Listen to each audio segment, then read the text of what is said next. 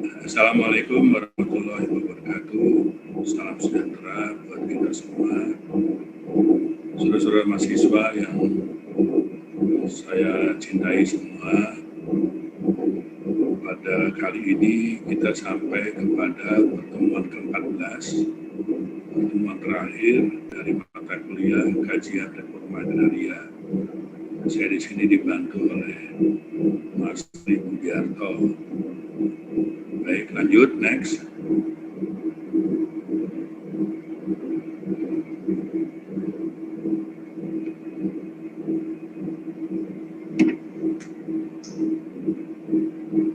Ya, lanjut Pak Mas Tri. Ya, barangkali pada saat pertemuan peminatan, Anda sekalian sudah pernah mendapatkan skema bagan seperti ini ya, bahwa mata kuliah kajian reforma agraria itu adalah bagian dari serangkaian mata kuliah yang ada di dalam peminatan tata kelola sumber daya alam dan lingkungan. Jadi dia sudah hampir berada di ujung dari seluruh mata kuliah yang pernah Anda jalani begitu. Jadi ini termasuk mata kuliah yang advance ya untuk S1. Lanjut.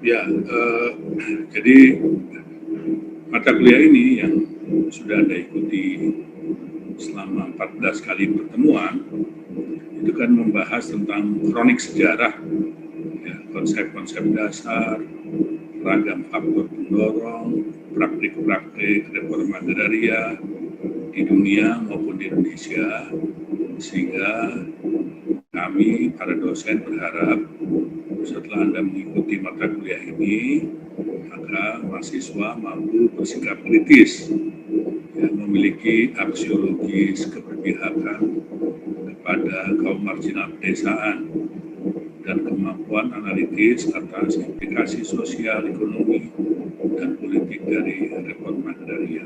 Ya, itu deskripsinya. Ya, sementara learning outcome-nya, tentu kami berharap mahasiswa kemudian mampu menjelaskan pengertian dan konsep-konsep dasar RA, lalu mampu menjelaskan trajektori RA dan perkembangannya di dunia dan di Indonesia, mampu menjelaskan ragam faktor pendorong dan praktik-praktik RA di dunia dan di Indonesia, dan mahasiswa memiliki sikap kritis, kepekaan sosial, dan aksiologis keberpihakan pada kaum marginal pedesaan, dan kemampuan analitis untuk memberikan kritik atas kebijakan agraria.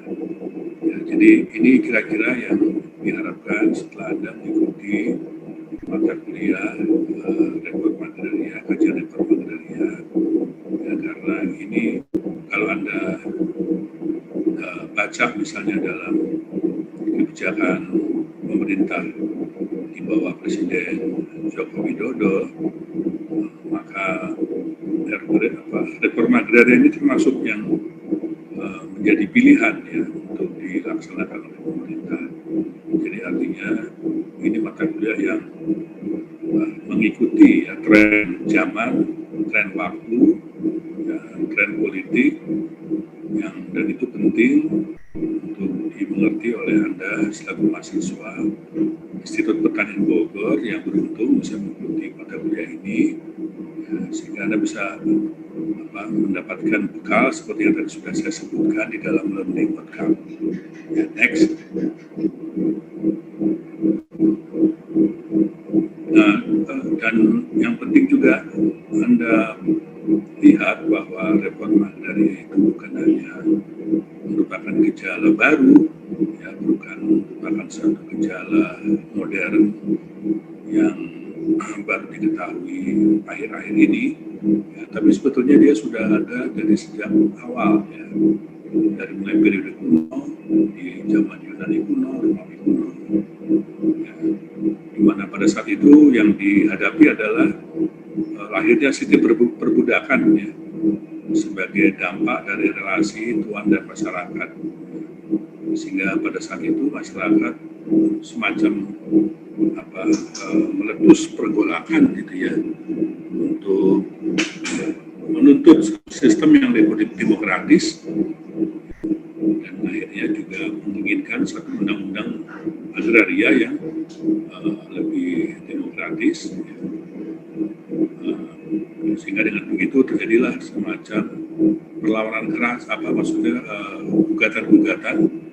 Namun demikian terjadi perlawanan keras dari para tuan tanah, para senator Roma, sehingga akhirnya menimbulkan kegoncangan-kegoncangan pada stabilitas politik yang ada, dan ini membuat satu dinamika tersendiri, ya, pada masyarakat Yunani kuno pada saat itu.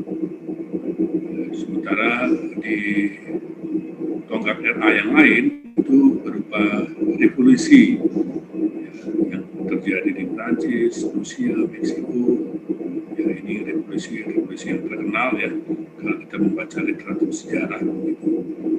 Di mana sebetulnya yang dihadapi itu adalah, yang dihadapi rakyat pada saat itu adalah bekerjanya sistem feodalisme.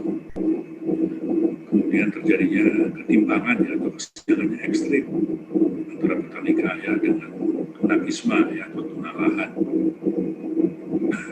Dan ini melahirkan revolusi, ya, di Prancis, Rusia, Meksiko tadi, yang tujuannya adalah merombak sistem lama menuju pembaruan. Kemudian tonggak yang ketiga itu pada masa Perang Dunia Kedua, ya, di mana pada saat itu lahirlah semacam konferensi dunia, ya, yang diadakan di Roma, ya, yang disebut dengan World Conference on Agrarian Reform and Rural Development, ya. Dan ini semacam menyambut satu era baru, ya, di mana blok sosialis, ya, yang dipimpin oleh Uni Soviet pada saat itu bangkrut begitu, dan mengakibatkan yang berjaya itu seolah-olah hanya ideologi kapitalisme, sehingga pada saat itu banyak yang polisi yang bekerja, di mana petani itu lebih diposisikan hanya sebagai objek atau bagian dari mata rantai produksi, sehingga kalau di Indonesia itu dikenal dengan revolusi hijau. Artinya revolusi hijau itu upaya untuk meningkatkan produksi pangan, ya, dengan memperbaiki teknologinya, namun kemudian tanpa menghiraukan land tenurialnya, ya. Jadi tata kuasa tanahnya itu tidak diperhatikan. Ya, akibatnya melalui revolusi hijau itu ketimpangan antar lapisan petani itu semakin lebar, ya. Yang kaya pertama kaya, tapi kemudian yang menengah ke bawah, yang menengah jatuh ke buram, yang buram kemudian menjadi buruh tani, ya, atau sama sekali keluar dari dunia pertanian. Nah, inilah kemudian melahirkan semacam konferensi dunia, ya, disponsori oleh PBB begitu, yang bermaksud untuk mendorong, ya, terjadinya reforma agraria dan pembangunan pedesaan untuk membela, ya, kepentingan petani. Tonggak keempat adalah kebangkitan dan metamorfosis RA sejak 1990. Isu isu-isu baru ini meliputi konsolidasi dan konstruksi yang lebih demokratis ya. Bagaimana itu harus dibangun. Lalu isu tentang indigenous people ya, tentang masyarakat komunitas asli, kemudian tentang perjuangan yang berperspektif gender, kemudian perjuangan yang mengedepankan tentang keberlanjutan lingkungan ya, dan kebangkitan melawan kekerasan ya, kemudian pembelaan terhadap hak-hak manusia, dan di situ yang paling banyak berperan adalah NGO ya, non-government organization, atau yang sekarang sering disebut sebagai CSO ya, Civil Society Organization. Nah, di sini konteks politiknya adalah menguatnya paham neoliberalisme dan apa yang disebut dengan the Washington Consensus ya.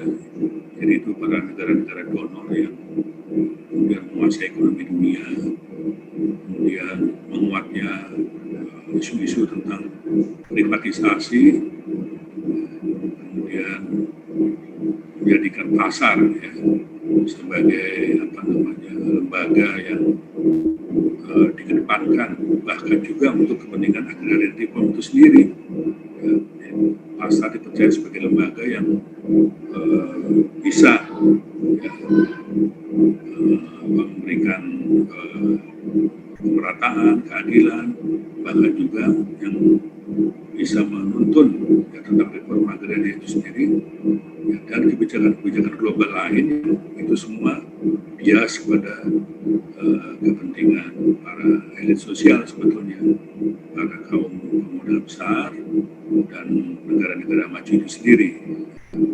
Ini yang merupakan bangkitnya era dan bentuk-bentuk metamorfosis yang terjadi sejak tahun 1990. Ya, lanjut. Next. Nah, jadi kalau hakikat LH dan kunci keberhasilannya itu sebetulnya berusaha kembali kepada social relationships yang mengatasi ya, yang bisa mengatasi ketimpangan sosial ya, dan juga memerlukan sebuah reform struktural ya. Jadi bukan hanya sekedar perubahan pergeseran, tapi suatu reform pembaruan yang sifatnya struktural, sehingga bentuk-bentuk relasi sosial itu lebih simetris begitu ya. Dan juga ini menyangkut soal bukan hanya ini menyangkut soal governance issues ya, yang menyangkut juga perkara land governance ya, menyangkut tata kelola atau tata kepengurusan tanah ya. Itu juga penting, dan selain itu juga reforma agraria itu memiliki cakupan trajektorinya ya. Jadi dia sedang ada di mana, akan kemana ya, itu sangat memerlukan sebuah pemikiran yang sifatnya ke depan, sehingga dengan begitu perubahannya pun mestilah harus memastikan ya, kepentingan bagi golongan lemah gitu. Nah, itu semua kan terjadi karena relasi sosio-agraria itu memang tidak terlepas dari adanya berbagai dimensi ketimpangan ya. Jadi kunci-kunci keberhasilan tadi memang harus dijaga, didorong, dirawat ya, dan dikembangkan gitu, sehingga dengan begitu nantinya dimensi ketimpangan tadi yang berupa adanya eksklusi ya, secara sosial itu meminggirkan kaum lemah, kaum miskin, periferi, kaum marginal ya, dari lapangan kehidupannya. Dan yang penting juga bahwa relasi sosial yang asimetris tadi itu, yang berdimensi ketimpangan tadi itu juga berakibat terjadinya inefisiensi. Ya. Aspek ekonomi itu menjadi tidak efisien dan korbannya itu masyarakat lemah. Dan secara politik semestinya juga dimensi ketimpangan tadi itu melanggengkan atau melahirkan ketidakadilan struktural itu secara politik ya. Jadi artinya baik sosial, ekonomi maupun politik, apa yang terjadi dalam masyarakat itu adalah relasi sosio-agraria yang berdimensi ketimpangan. Itulah yang sebetulnya ingin diakhiri, ingin diatasi, ingin dicarikan jalan keluarnya oleh reforma agraria ya, di dalam menapaki trajektorinya begitu ya. Nah, di sebelah kanan dari tayangan kita ini kita juga bisa melihat bahwa reforma agraria itu punya tiga penciri ya. Yang pertama yang disebut dengan pembaruan sejati, genuine reform. Ya, itu apabila ada redistribusi dan ada distribusi yang benar-benar bisa memberikan kemaslahatan umum khususnya bagi golongan lemah. Ya, tetapi yang kedua yang disebut dengan reforma agraria palsu itu sebetulnya tidak pernah itu terjadi yang namanya redistribusi ya, atau non-redistribusi, walaupun itu dinamai dengan macam-macam, apakah itu dengan nama reform, apakah itu dengan nama reforma agraria, apakah itu dinamai dengan redistribusi lahan atau apa, tapi sebetulnya itu praktis tidak memberikan kemerataan, ya, kemaslahatan bagi masyarakat umum, khususnya bagi golongan lemah. Maka itu yang disebut sebagai reforma agraria palsu. Dan yang ketiga itu justru kebalikan dari yang pertama tadi, atau yang lebih parah dari reforma agraria palsu itu yang disebut dengan kontra pembaruan atau counter reform. Ya, jadi yang terjadi itu justru lahan-lahan itu dikuasai secara terakumulasi, terkonsentrasi, ya, atau rekonsentrasi kepada mereka yang kaya, ya, kepada mereka yang selama ini sudah menguasai lini ekonomi dan dengan sendirinya menguasai lini sosial ini, kehidupan politik. Justru kehidupan sehari-hari itu justru mengantarkan ya, akumulasi keuntungan, mengantarkan aspek-aspek keuntungan ekonomi ya, kepada mereka yang kaya dengan dikuasainya lahan yang luas, dengan moda produksi dan alat-alat produksi yang semuanya itu justru melakukan penumpukan ya, bagi kepentingan mereka yang menjadi pemodal itu sendiri, yang disebut sebagai kontra pembaruan atau counter reform. Ya lanjut, next.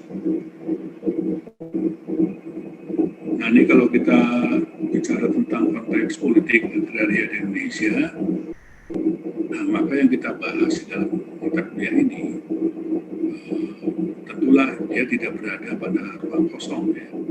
Artinya memang dari sejak awal kehidupan masyarakat di Nusantara sampai kita merdeka dan sampai hari ini, sampai Indonesia di tahun 2020 ya, Indonesia terkini itu kita menjalani politik agraria yang bisa kita potret begitu ya, ciri-cirinya seperti apa, dari mulai di tahun 1880 ya, abad ke-19, di mana pemerintah kolonial Belanda pada saat itu mengenalkan apa yang disebut dengan agrariswet ya, yang memuat semacam ketentuan domain verklaring yang menetapkan tanah-tanah di Kepulauan Nusantara ini apabila tidak memenuhi syarat-syarat tertentu seperti yang diinginkan oleh pemerintah kolonial, maka dia dinyatakan sebagai tanah milik pemerintah kolonial itu sendiri. Dan syarat-syarat penguasaan tanahnya itu ditentukan oleh pemerintah kolonial itu sendiri. Ya, akibatnya ya sudah barang tentu sebagian besar dari tanah di Pulau Nusantara pada saat itu dikuasai oleh pemerintah kolonial. Tapi kemudian memasuki era kemerdekaan, mulai era Orde Lama, maksud saya era pada saat Presiden Soekarno berkuasa, itu ada semangat untuk menasionalisasi ya, aset-aset milik khususnya dari pemerintah kolonial Belanda yang pernah dikuasainya itu. Ya, jadi macam perkebunan, tambang-tambang minyak, ya, perusahaan-perusahaan ekskolonial, ya, itu diambil alih atas nama nasionalisme dalam praktek nasionalisasi. Atau ini juga sering disebut sebagai populisme. Di era Orde Baru sebetulnya dikenal istilah-istilah semacam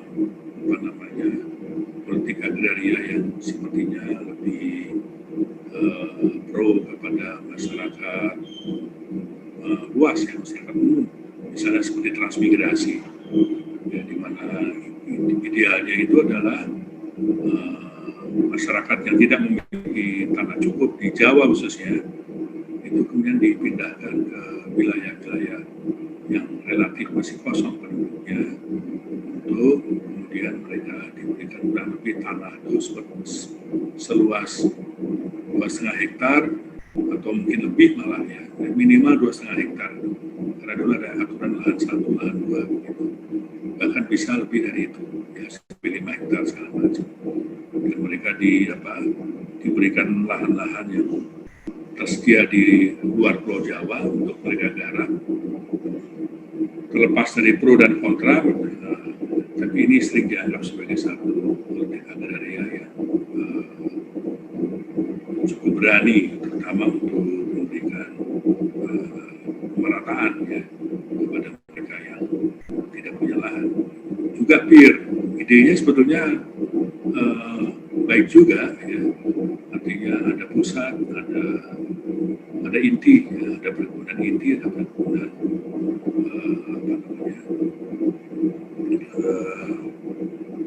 nukleusnya dan istilah itu inti rakyat ya, perkebunan inti rakyat. Jadi ada perkebunan inti yang dikerjakan oleh perusahaan-perusahaan besar, kemudian ada plasma ya, yang diberikan kepada petani dari kalangan rakyat ya. Dan itu kebun-kebun plasma itu diberikan kepada rakyat dengan dengan pikiran bahwa nanti setelah produksi maka rakyat bisa memiliki lahan-lahan yang dipinjamkan itu agar menjadi miliknya, tapi dengan cara mencicilnya lewat produksi yang mereka hasilkan ya, sebagai kebun plasma pada saat itu. Jadi terlepas dari sukses atau tidaknya, tapi itu ide-ide yang pernah berkembang di era Orde Baru. Nah, tapi sejalan dengan itu terjadi juga semacam menguatnya kapitalisasi di berbagai sektor kehidupan masyarakat.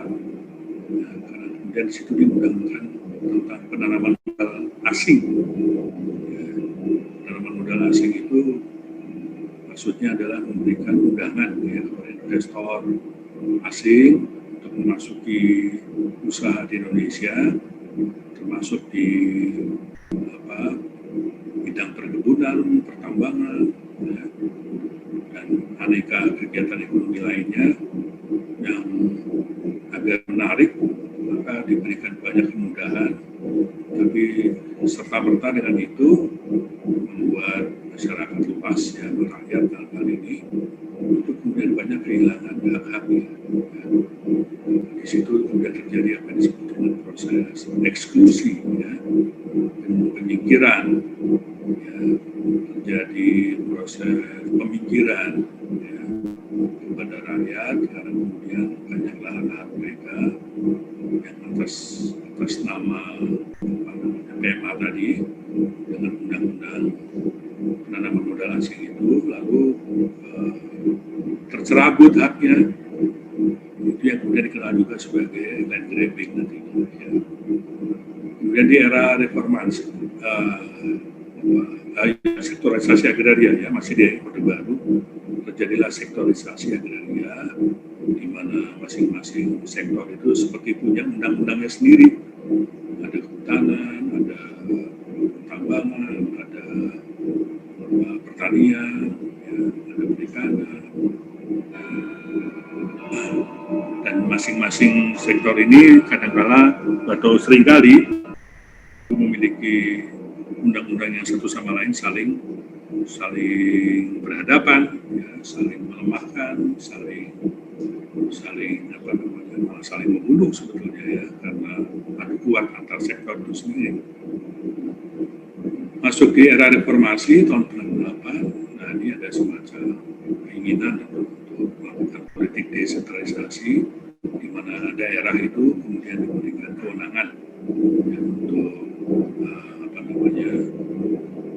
mengatur, ya, rumah tangga mereka, ya, agar kemudian dengan begitu daerah-daerah itu merasa lebih homey, ya, merasa lebih memiliki rasa sense of belonging atas wilayahnya, dan berharap dengan begitu maka bisa juga dipilih para pemimpinnya yang dianggap kredibel, ya, yang punya integritas tinggi.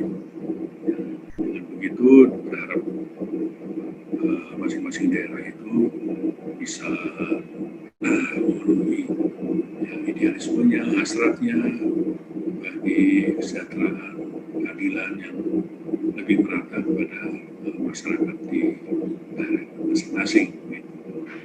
Nah, itu berbarengan juga dengan otonomi daerah. Ya, dan pada era reformasi sebetulnya juga lahir semangat untuk mengoreksi, ya, politik agraria pada masa era Orde Baru, ya, lewat TAP MPR 9, ya, tahun 2001, ya, yang menginginkan ada pembaruan agraria dan sumber daya alam. Tapi kemudian kita tahu bahwa semangat ini tidak berhasil digulirkan secara kuat, begitu, ya, walaupun jadi-jadinya, apalagi pada saat Presiden Susilo Bambang Yudhoyono itu seperti ada kekuatan, ya, untuk melakukan pembaruan agraria dan SDA, tapi ternyata ketika memasuki periode kedua, nasibnya kurang lebih sama dengan rezim-rezim sebelumnya. Jadi artinya tidak cukup diberikan kekuatan politik yang bisa memberikan daya eksekusinya yang kuat di lapangan. Sementara hari-hari ini kita berhadapan dengan apa yang disebut dengan Omnibus Law, ya. Jadi Omnibus Law ini kayak semacam undang-undang yang berusaha mengakhiri sektorisasi, ya, agraria, sektorisasi sektor-sektor ekonomi, ya, dan itu di dalam satu hukum undang-undang cipta kerja yang khusus ya, mengatasnamakan seluruh sektor, ya. Tapi kemudian ini memberikan semacam efek lain ya, selain menganggap bahwa Omnibus Law ini ternyata lebih banyak memberikan semacam karpet merah ya bagi pemodal besar ya, untuk datang masuk ya, ke daerah Indonesia, dan itu bahkan jauh lebih memberikan kemudahan-kemudahan daya tarik melampaui apa yang dulu dimuat di dalam undang-undang penanaman modal asing ya, PMA itu. Jadi oleh karena itu banyak mengundang reaksi ya dari masyarakat luas ya, dari berbagai kalangan yang menolak atau mengkritik ya Omnibus Law ini karena hanya demi semangat efisiensi dalam aturan-aturan ya, atau governance, economic governance yang ada di negeri ini, maka dia melupakan banyak hal yang menyangkut hajat hidup banyak orang banyak gitu, dan benar-benar hanya didedikasikan bagi para pemodal besar untuk masuk dan melakukan usahanya di negeri ini. Itu yang kemudian banyak membuat reaksi. Nah, memang ada juga usaha-usaha di tahun akhir-akhir ini kayak semacam RA, reforma agraria dengan perhutanan sosial misalnya seperti itu ya. Tetapi sampai hari ini kita belum melihat ya, hasil signifikan ya, dari kebijakan yang seperti itu. Ya, next. Nah, ini ya, ini kalau kita lihat berbagai rangkaian kebijakan agraria dari mulai Bung Karno ya, yang paling terkenal itu yang disebut dengan Undang-Undang Nomor 5 Tahun 60 PA itu, ya, yang itu dianggap sebagai salah satu produk undang-undang yang terbaik yang pernah dimiliki oleh negeri ini ya, karena memang semangatnya semangat yang lebih mengarah kepada populisme gitu. Tapi ya itu yang akhirnya kita lihat bahwa tidak bertahan lama ya, walaupun itu belum dicabut yang namanya undang-undang pokok agraria ya, tetapi dan orang tidak cukup berani ya, pihak manapun yang berkuasa sekalipun tidak cukup punya nyali untuk mencabut ya, undang-undang pokok agraria itu. Tapi sesungguhnya di lapangan dia tidak efektif dilakukan atau nyaris dibekukan, apalagi di zaman Pak Harto ya. Di zaman Pak Harto itu justru terjadi bandul yang berubah itu dari populisme yang semula digaungkan dengan keras oleh Bung Karno pada saat itu, malah bergeser ke bandul yang kita sebut sebagai bandul otoritarianisme ya. Dan menguatnya pemberlakuan undang-undang sektoral ya, dimulai dengan undang-undang pokok kehutanan, lalu dilanjutkan juga dengan undang-undang tentang pertambangan, dan mengganti berbagai lembaga lokal ya, misalnya seperti koperasi lokal dengan koperasi unit usaha desa, dan banyak lembaga-lembaga lokal yang tidak bisa lagi hidup karena kemudian negara menggantikannya dengan berbagai lembaga buatan atau ciptanya sendiri. Ini yang kemudian dikenal sebagai negara korporatisme ya, artinya negara yang dihela, yang dijalankan ibarat sebuah korporasi. Jadi diseragamkan, terjadi sebuah homogenisasi yang termasuk desa pun bentuknya diseragamkan, dan masyarakat tidak boleh memiliki lembaga-lembaga tersendiri dan dikenal sebagai kebijakan floating mess ya, masa mengambang. Nah kemudian di era Orde Baru yang saya sebutkan itu ya, ada TAP-MPR nomor 9 tahun 2001, ada pembaruan agraria nasional, program pembaruan agraria nasional, ada RA dan perhutanan sosial, tapi semua itu masih dalam kebijakan yang tidak dibawakan di dalam mainstream kebijakan pemerintah itu sendiri, ya. Tapi hanya sebagai lebih condong sebagai aksesori belaka sebetulnya, karena kaumnya nyaris tidak banyak bergema. Ya, lanjut, next. Nah ini kalau kita lihat ini, kalau RR atau level agraria land reform, ya, land reform itu kalau kita mau gila itu bisa ada di dalam dua sumbu, ya. Pertama land reform by grace, artinya land reform yang diprakarsai, ya, oleh rezim yang berkuasa, gitu. Tapi ada juga yang disebut dengan land reform by leverage, ya, yang didongkrak berdasarkan gerakan rakyat, begitu, gerakan agraria. Gitu. Nah, ragam gerakan rakyat itu dalam kombinasi land reform baik by grace maupun leverage itu banyak yang dilakukan oleh para perempuan pedesaan. Ya, ada gerakan rakyat agraria yang diprakarsai oleh masyarakat adat, oleh gerakan agroekologi dan gerakan keadilan lingkungan.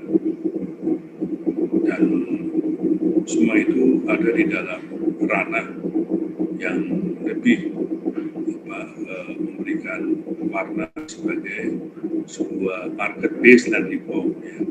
Land reform yang lebih berbasis kepada pasar, ya. Intinya semua harus dialirkan di situ, ya. Jadi pasar tetap menjadi satu lembaga yang dipercaya untuk dasar bagi pembangunan itu sendiri, ya. Dan pasar itu sendiri ternyata bukan pasar yang netral, ya, tapi pasar yang sudah dicampuri dengan berbagai kepentingan, sehingga akhirnya banyak mengalami distorsi, ya. Dan itu sangat menyudutkan kepentingan masyarakat bawah, ya, mayoritas masyarakat bawah. Ya, next. Nah, sehingga dengan begitu diperlukan semacam kebutuhan untuk berpikir, ya, pembaruan berpikir, ya, atas reform agraria. Ya, yang di sebelah kiri ini kayak semacam kelemahan dan keterbatasan dari cara berpikir yang dominan, ya. Yang lebih melihat bahwa program-program pertanahan, ya, itu lebih diutamakan, ya, bagi program-program yang nyata-nyata dimasukkan sebagai program ekonomi pemerintah, tapi dengan merupakan kepentingan masyarakat itu sendiri. Ya, jadi ada semacam redistribusi tanah, begitu, ya, tapi pembebasan tanah sebetulnya, ya, pembebasan tanah itu, tapi itu sebetulnya dialamatkan bagi kepentingan pemodal besar, ya, baik itu green estate, apakah itu dengan kota-kota swasta, ya, macam di Tangerang itu ada BSD, ya, di Surabaya, ya, di Medan, di Makassar itu tumbuhnya kota-kota swasta, ya. Kemudian kita tahu malahan banyak sekali tanah-tanah yang dicadangkan oleh swasta bagi perkembangan kebutuhannya di masa depan. Yang mereka cadangkan itu, jadi pada hari ini sebetulnya wajahnya masih wajah pedesaan, pertanian, Tapi sesungguhnya rakyat yang ada di wilayah itu sudah jatuh sebagai buruh tani, yang tidak lagi memiliki tanah-tanahnya sendiri, tanah-tanah sawahnya sendiri, karena semua itu sudah dibeli oleh para pemuda besar yang dicadangkan bagi perkembangan ekonomi berikutnya, ya, atau tadi yang saya bilang tadi itu, ya, untuk membangun kota swasta, untuk membangun real estate dan seterusnya. Jadi banyak proses-proses eksklusi yang terjadi di dalam proses-proses itu terhadap masyarakat golongan lemah, khususnya masyarakat pedesaan pada khususnya umumnya, ya, dan itu dialamatkan bagi kebutuhan korporasi pada umumnya. Juga ada kebijakan-kebijakan yang sebenarnya inkonsisten, ya, baik yang menyangkut tenure reform, labor reform, dan macam-macam itu, yang akibatnya tidak jelas sebetulnya trajektori dari politik agraria kita itu akan dibawa kemana. Nah, ini kemudian melahirkan semacam pandangan, ya, adanya gerakan-gerakan petani dari bawah, ya, maaf sebentar.